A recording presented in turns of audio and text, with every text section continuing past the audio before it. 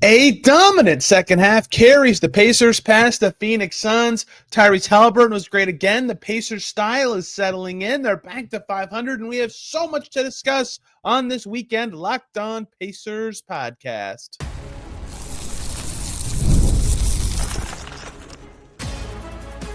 You are Locked On Pacers, your daily Indiana Pacers podcast, part of the Locked On Podcast Network, your team every day.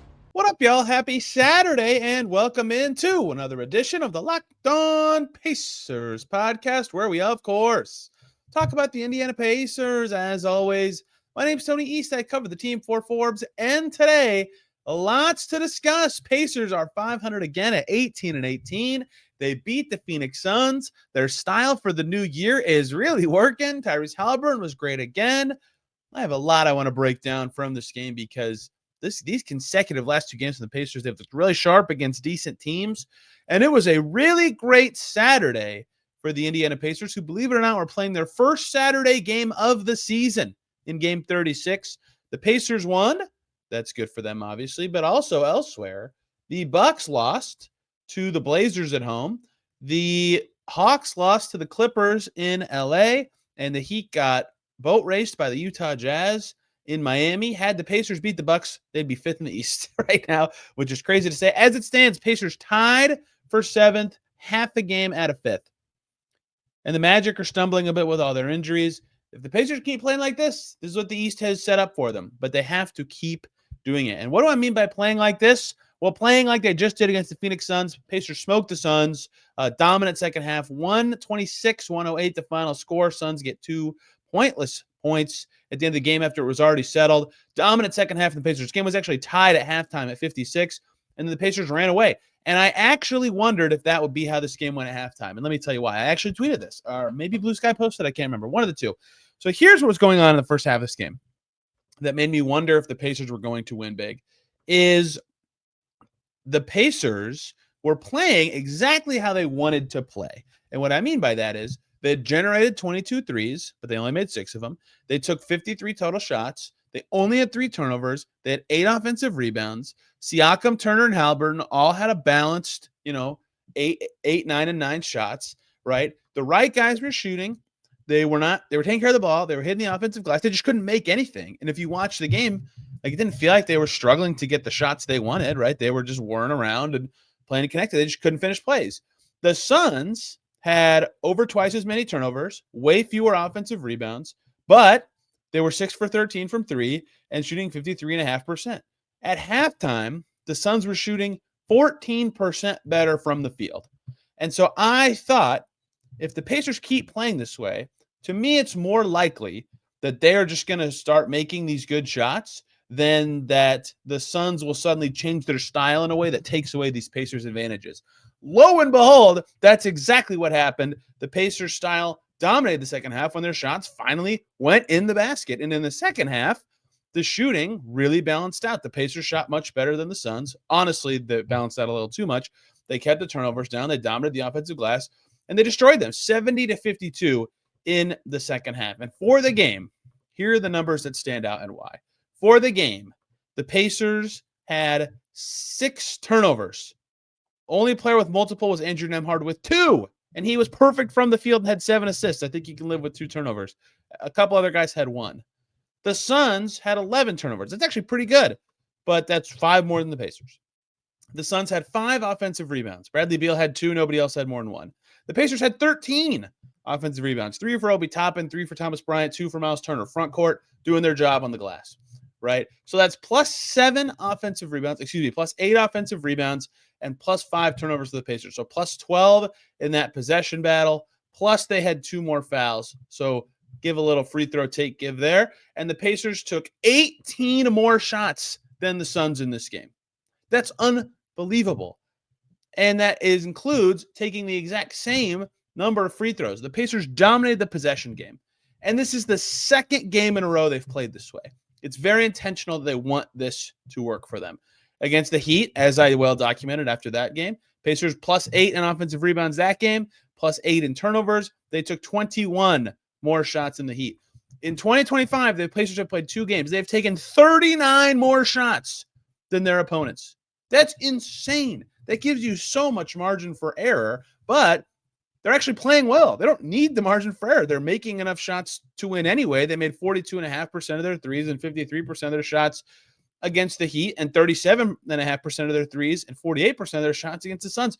They're making good looks. They're generating good looks, and they're playing really well in the possession game. This is good basketball right now. And it's not like the most sustainable thing ever. If every team could dominate the possession battle every game, they absolutely would. But I like this thinking from the Pacers, who at times this season have struggled to. I've talked about this a lot. I always think of the Memphis Grizzlies with this. The year they were probably the second best team in the NBA when the Warriors won the championship.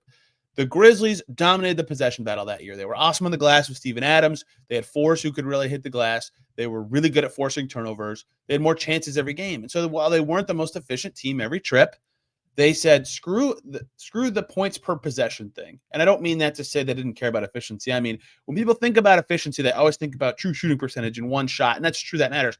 But they think about the points part, maximizing that. And that does work. That's important. In fact, that's probably the more important part of the fraction. But there is that denominator of per possession. And if you just load up on the possession, you still add up to a good outcome, even if your points per possession is a little worse. And that's a fine strategy if you can do it every night. The Thunder crushing the turnover battle every game this season, for example. And so the Pacers, who haven't had as much of the numerator part this year, I'm simplifying this to an extreme degree, are really turning possessions in their favor. And it's been awesome for them. They've played much better when they're playing this way. They're back up to 9th in offense, inside the top 10 for the first time in a while. Their defense is 22nd. This is closer to what they hoped they'd be. I think they thought their offense would be better than this. But you see the vision, and they just absolutely destroyed a team playing that way. So that's the first trend, I think, for the Pacers to keep an eye on. Keep two hands on the ball on these rebounds. Keep taking care of the ball. Tyrese Haliburton's on a tear of crazy assist and scoring games without turning the ball over. You know, if they can keep playing like this, they can hang with anybody, any good team. If they get 15 extra shots, you have a chance. They're about to play bad teams, which is their kryptonite. But regardless, I hope that this is obvious, that taking more shots is good, and they've been doing a great job in that way. The second thing that's standing out to me for the Pacers, they're taking more threes. Everybody rolled their eyes. Tyrese Haliburton, I asked him about that after the game. He said, don't ask about that. The casual fan doesn't like that. It made me laugh. But they are. They took 40 in this game. That doesn't sound like a lot. The Suns only took 30. They're not a three-point shooting team. Against the Heat, the Pacers also took 40. Miami took 26. 26. Those aren't three-point shooting teams they're playing against, but getting up 40 is really good. That's really healthy. And in the Pacers' last stretch of, I think, since that Charlotte game, that pathetic loss against the Hornets, which I will consider more than likely, unless they start stinking it up again, that'll probably be the lowest point of their season, that specific loss, when they fell to 10-15, right? Including that game, the Pacers are taking about 36.7, I think it is, threes per game since. And they're about 34 per the season, including that. So they've upped how many threes they're taking by a couple per game. And some of that is Haliburton himself just getting them up, which he should. He took 12 against the Suns tonight, and he took 13 against the Heat. But some of that is, as he described it after this game, I asked him about it, getting into the paint. And this is something the Pacers have well documented as a focus. Paint's a great, but they're doing much better about getting deeper into the paint. Not just Haliburton, everybody. The guys he mentioned were Siakam and Turner, the front court guys. And so they aren't specifically setting up the threes with their own passes, but they get the defense collapse, the ball moves, the ball gets to shooters, and threes go in. And this was a very standard-ish shooting game. They were 15 for 40. That's like one make more than average, right, with 40 attempts in a game. But they make 3 more threes than the Suns, and that's, a nice big advantage. And they did a great job moving the ball to get him. Haliburton was 5 for 12. Ben Shepherd got a bunch of open ones. Myles Turner got a bunch of open looks. Andrew Nembhard drilled the deep one, and he got a bunch of open. They just did a really good job of generating threes, and they have been. And that's always kind of been a Haliburton thing, right? You can tell when the team's getting up the most threes they can. He is a big part of being that engine. But the whole team collectively has been responsible for that as well. And so those are the two numbers that I personally think have ignited the Pacers' turn on offense and were very important and on display in this specific game that led them past the Suns. They did a great job getting up threes that they like, and they made them. And they did a wonderful job keeping the ball in their hands, giving themselves chances to score. And stylistically, they've looked really good playing this way for a couple of games. And this is another nice win for them. Remarkable that this team is, before we get any specifics of players in this game, there's a ton I want to talk about. Remarkable that this team is 500 right now. This is like the last game of their brutal, I mean, the Suns aren't awesome. In fact, they're under 500. But, I mean, go back in time, right? They lost to Brooklyn on December 4th. That's exactly a month before the Phoenix game, right? They were 9-14. And they had the last couple games of this easy stretch coming up. Chicago, Charlotte. They went 18 for 29 from three against the Bulls to beat them, and then lost to the Hornets. And people said, oh, it's a fluke win against the Bulls. They shot really well from deep. And I kind of got that, although they did offensively kind of plant some seeds that night. And then everybody admitted New Orleans was a gift via the in-season tournament scheduling, that the schedule's about to get hard, right? They were 10-15, and this started on December 13th. They had Philly, New Orleans, Phoenix, Sacramento, Golden State, OKC, Boston, Milwaukee, Miami, Phoenix. I mean, New Orleans stinks, and they won that game, but all the rest of those teams are at worst. Phoenix is the next worst team in that bunch, probably, right? Maybe Miami now, but Jimmy Butler played. Maybe Golden State. I mean, Phoenix is probably the second worst team of that group.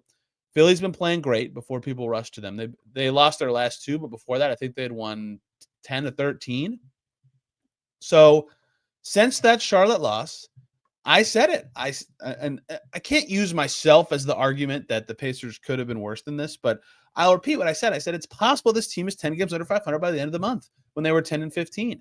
It wasn't even really that hard to fathom, right? That they could get to December 10 games under 500. They had 9 more games if they went, 2-7 in those games. Again, Philly, Phoenix, Sacramento, Golden State, OKC, Boston, Milwaukee. They went 2-7 in that stretch.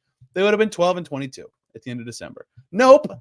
They did much better than that, and they have completely rounded into form, and they're beating good teams, and they've won 7 of 10, and they've won 8 of 11, and this is the best they've played all season, and they're 500, and their next 3 games is Brooklyn, maybe a kryptonite game, although Brooklyn not playing very well right now and is very, very injured, and they've traded away lots of good players, and Cam Johnson's not going to play, and Cam Thomas isn't going to play, and then they play the Bulls, who they already beat at home, and then they play Golden State, who they already beat at home. If they go 2-1 in those 3 games, they'll be over 500 for the first time since they were 1-0.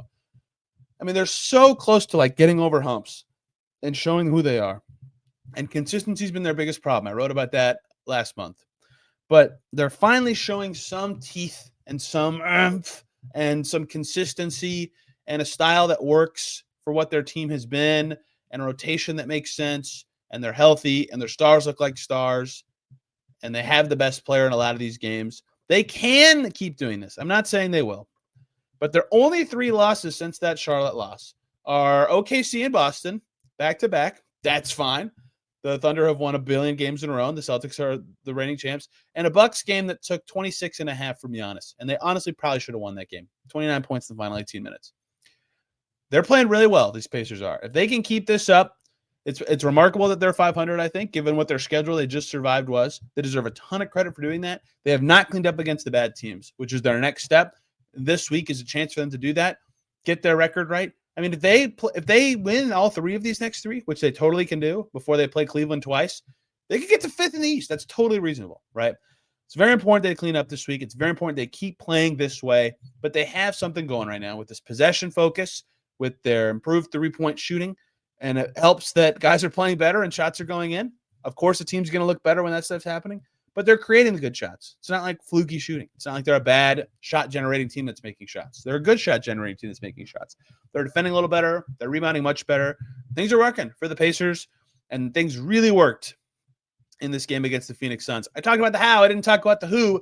Let's talk about some individuals who played well in this game, including Rick Carlisle singling out somebody for a great stretch of play. We'll get to all that in just a second here on Locked On Pacers.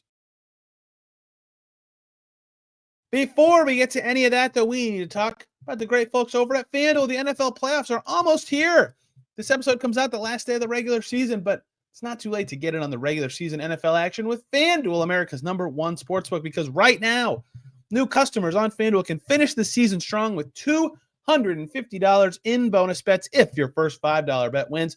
FanDuel has so many ways for you to pick up a W, like betting on which players will score a touchdown, how many points each team's going to score. It is thrilling stuff.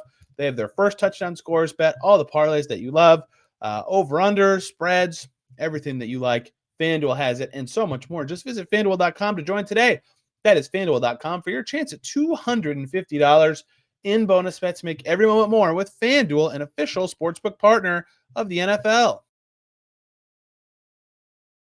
Back here on Locked On Pacers, thanks for making us your first listen today and every single day on the weekend. Check out Locked On Suns here as they try to find solutions to that team that is yikes. And the Timberwolves are in the same situation, and the Heat got blasted without Jimmy. Lots of going on in the NBA. Locked On Network can carry you to any destination that you want to know. Pacers dominate this one. Tyrese Haliburton, sensational again in the same ways he's been good recently. A little less efficient in this one, 8 for 19 in total. Was not finishing as much inside the arc, but was still getting there. 7 free throw attempts for him, a third of the Pacers' total attempts. He made 5 threes. 2 of them were huge daggers late. He was 3 for 10 from 3. Before that, still was playing very well, but he finishes because of those with 27 points, 8 assists, 2 steals, 5 rebounds, 0 turnovers. He's on an absolute tear, taking care of the ball, as I just said. I mean, when he's out there, the team looks good, right? It was imperative. They got him in the fourth quarter, and I think there was a big fourth quarter stretch the Pacers had without him that actually probably sealed the game. But when Haliburton was out there, the Suns couldn't stop the Pacers. And this was very noticeable to me early in the game. In fact, it's my second note of the game. I take lots of notes, but I just put the word here in all caps next to it if I want to go back to there, because I think it could be a trend that could be my lead for a podcast. And in this one, it was very early. The Pacers just got whatever shot they wanted for the first 6 minutes of the game because the Suns just have some weak points in their defense, right? They started Ryan Dunn. They have to, a rookie, because he can kind of guard. He's very good at stopping drives. Like, you can't really get past him, but Mason Plumlee couldn't switch. The Pacers destroyed Mason Plumlee in this game. Bradley Beal's not a great defender. Grayson Allen's an okay defender. I think Grayson Allen's an underrated defender, but not really a good defender. Monte Morris is just undersized. Like, there was always someone out there for the Pacers to pick on, sometimes 2 or 3 guys, and it felt that right away. I was just like, oh, the Pacers are going to be able to get the shots they want tonight, and that continued all game, especially when Haliburton was on the floor. He was very good. I thought Myles Turner was awesome, and he probably would have played a little more if it weren't for a first half calf injury. He said he's fine. He was just being cautious, and he came back in and just detonated. He was spectacular. 7 for 11 inside the arc, 11 two-point attempts for Myles Turner. 3 blocks, a monster dunk over Devin Booker. He had some thunderous, like, momentum-shifting plays. The dunk over Booker got out of the way and avoided the poster, but that put the Pacers up 10 in the third quarter. I believe they never were within within single digits again, until early in the fourth quarter, but the game was never within 6 ever again, and that was a big momentum-shifting play. 20 points for Turner, stretched out a small Suns team, Plumlee unwilling to get out to him. The rest of their bench players, not really good switches on him. He did a good job punishing Smalls, who the Suns had available. Meant this could be a good game for Turner to either outrun and make Plumlee move or punish some Smalls. He did both, right? His rebounding numbers weren't awesome, but the team rebounding numbers were. He was very good in this game. I thought the Pacers' second best player, when he was out there, things looked good. Plus 16 for him in this game. Andrew Nembhard didn't miss a shot. He had the Devin Booker assignment, plus 20. What is there to say that hasn't been said about how well he's played since returning? Pacers turnaround basically came the day he started being able to play all 4 quarters. Booker was fine, 7 for 15 for 20 points. Bradley Beal stunk. He was 3 for 12 with 8 points, minus 21. And Kevin Durant was solid, but it's so funny watching these Suns games, right? Because the Pacers had the style that worked, that I talked about already, that made me feel like they were going to win early. But the Suns, you just never know if you're going to beat the Phoenix Suns, because you can defend really well for 18 seconds, and then Kevin Durant's just like, yeah, I'm going to score. I'm just going to shoot it and make it. And Devin Booker is like that at times too. There was a play in the fourth quarter where Kevin Durant had 2 Pacers on him, and it was late clock, and he just took 2 dribbles to the left and got an 8-footer from the left side of the paint and just rose up and hit it. I'm like, they can't stop that. What are they going to do? But the Suns really went away from Durant in the final minute. Some credit to the Pacers for that, some blame to the Suns. That's a win for the Pacers, though. And Andrew Nembhard was, once again, sensational on defense, as he has been quite often. I thought Obi Toppin was really good in this game, 3 for 6 only, but he was the best Pacers bench player in terms of providing pace. Pacers went small often in this game. Thomas Bryant's minutes suggest that that's not the case. He played 13 minutes and was pretty good. We'll get to him in a second. But Toppin was primarily the backup 5 against a very small Suns team who, played some bowl, but didn't have Oso Ighodaro or Yusuf Nurkic, so they didn't really have a full center rotation. They had at least 18 minutes with no center. That let Obi Toppin defend a little better. He had 2 assists, 2 steals, 12 points on only 6 shots. because he was getting to the foul line, right? His drives were really effective. The Suns had a lot of trouble staying with him. I thought it was a really good top-end game, which was important for the bench. And Thomas Bryant played 13 minutes because Turner had that, what I mentioned, that calf injury. And Thomas Bryant just has once a half of every game, just like a whoa rebound where he just like rips it out of the sky and acts like he's trying to I can't even pop the ball in his hands like a balloon. It's crazy. He looks like an animal. He had 6 boards. He was very good on the glass.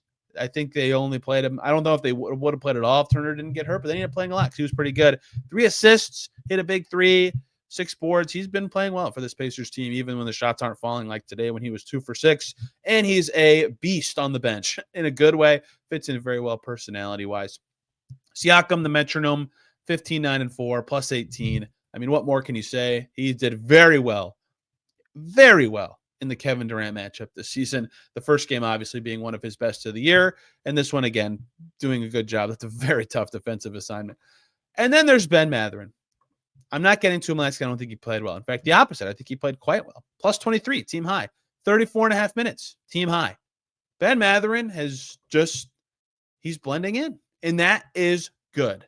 I did a whole segment on this. I cannot for the life of me remember what game it was after. I tried to remember. I tried to go through the game logs. But this game felt like a game earlier this season where I described Ben Mathurin as I couldn't tell he was out there. And I meant it as a compliment. Very often that phrasing is used as an insult to players. Wow, I can't even tell that guy's there. He must be stinking, right?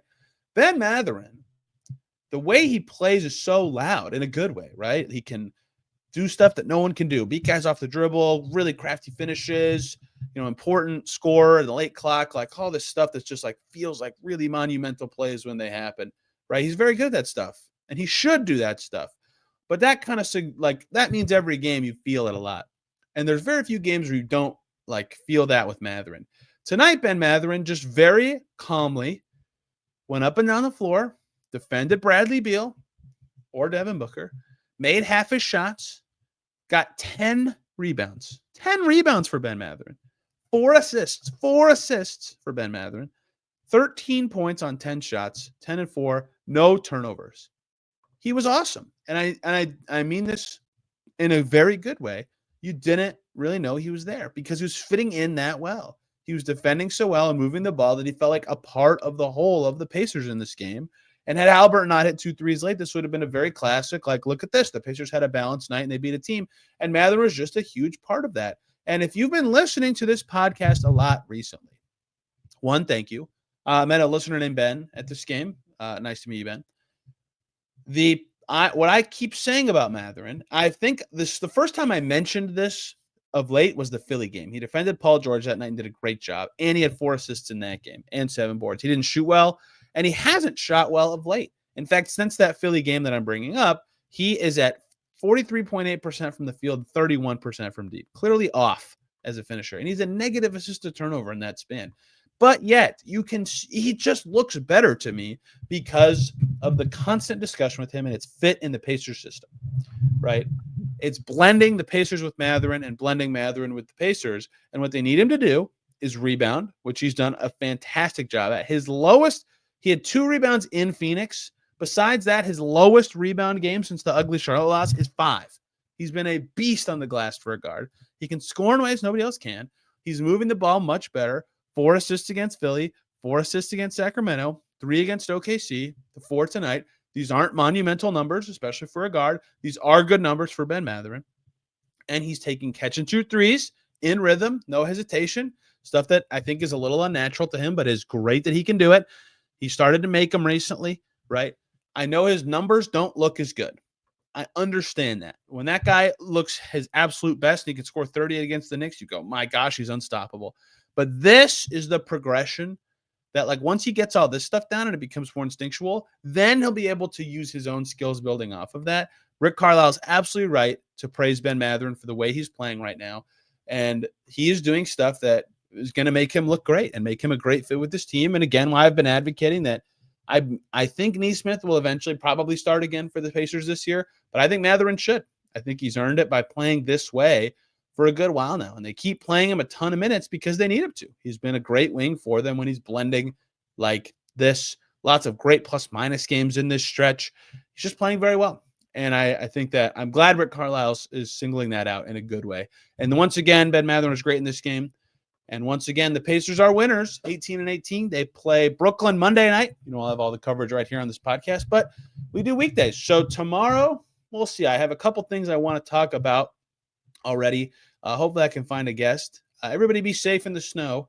I will do my best. I have something I have to do on Sunday, but should be great when I'm back. And we'll try to talk with somebody about the Pacers. We'll talk Pacers Nets, then Pacers Bulls. And then I'm going out of town next weekend. I have to go to a wedding, and it might delay a Pacers Warriors thing. We'll see. This week should be really fun, though. Lots of good games for the Pacers, a chance for them to finally have a good record, air quotes, good record again. And I'll break it all down right here on the Locked On Pacers podcast. Thank you guys for listening today. I'm on Twitter and Blue Sky at Tony R. East. This podcast is on Twitter at Locked On Pacers. Back tomorrow talking more about this surging team. Till then, everybody, have a wonderful day.